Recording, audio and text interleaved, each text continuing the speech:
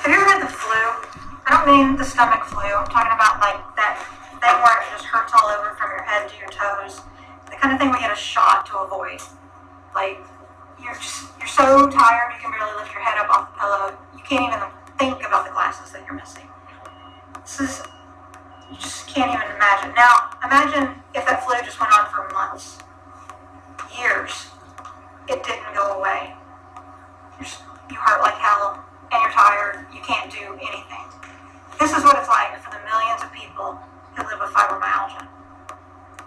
Fibromyalgia is a very painful, debilitating disorder, and that's what I want to talk to you about today. I want to share just a little bit about who's affected and what the symptoms are, and how it's diagnosed so that you can leave here with a better understanding of something that even doctors don't really understand very well. The first thing I want to talk to you about is who's affected. Now, according to Lyrica, 1 in 60 people are affected by fibromyalgia. So if you look at this room, it holds about 60 people. So that would tell you that there's probably one person in here that has fibromyalgia. We're not even full, but I can tell you there's one person in this room that has fibromyalgia. My name is Julie Ryan, and I have fibromyalgia. If you look at me, I'm actually a pretty good example of the people who are diagnosed. I'm in my late 30s, female, strong personality, type A, go-getter, get it done kind of person. And that's typical. It's not typically hypochondriacs, malingerers, whiny people. Now, 75 to 90% of those who are diagnosed are female. However, one of the most well-known people with fibromyalgia is a man, the voice of God, Morgan Freeman, actually mentioned in an article in Esquire not long ago that he has fibromyalgia. So, you know a little bit about now who gets fibromyalgia, but let's talk about the symptoms. The number one symptom for fibromyalgia is widespread chronic body pain. And what we mean by that, widespread, we're talking head to toe. It's not, oh, my shoulder hurts. You don't get fibromyalgia in your elbow. Trust me, you hear that occasionally. But it's everywhere.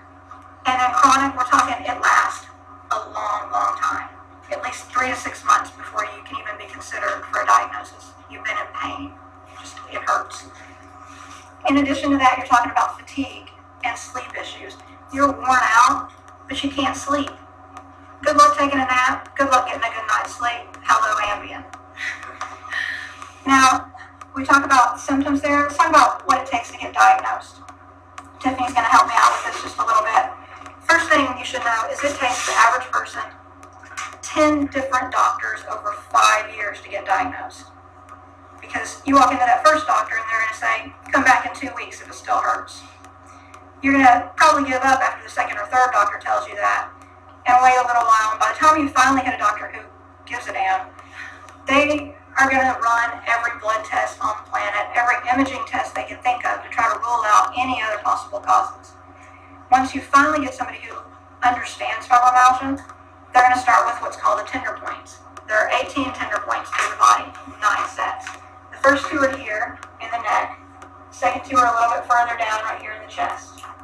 And then we're talking about here on the outside of the elbows and on the inside of the knees. Turn around. The next set, I do wear your hair up here at the very top of your neck. Next, right here, and then right here. And the next 2 are down here at the top of the hips, and then here at the bottom of the buttocks. And just let me show you how hard they're pressing. They're not talking anything really hard. It's about like this, enough to make the nail bed under the skin under your nail bed turn white. So if you do that to yourself, it's not going to hurt to most people. You do that to me on these spots, you'll probably send me screaming across the room. There are times where you can't just touch me anywhere. You can sit down now. But in addition to those, they're going to take into the other issues, your sleep issues, your fatigue, some other things that come along with it, irritable bowel syndrome, migraines, and just other pain issues. They're going to combine all that together and determine whether or not you qualify as a diagnosis for fibromyalgia. So now that you know a little bit about who gets it, what the symptoms are, and what it takes to get diagnosed, I hope you can leave here with a much better understanding of this really misunderstood disorder. And when you see things on like Community telling you that it's just some made-up thing from the pharmaceuticals, or hear that, it's a myth or a hoax or whatever, that you'll understand that it's real and it hurts. And just have a better understanding. And I couldn't share with you nearly as much today as I'd like to, but if you want to know more, please go online and check out the Fibromyalgia Network or the National Fibromyalgia Association. Those are places where you'll find real information as opposed to just Googling random stuff and getting a lot of misinformation. So I'm welcome to any questions if you have any.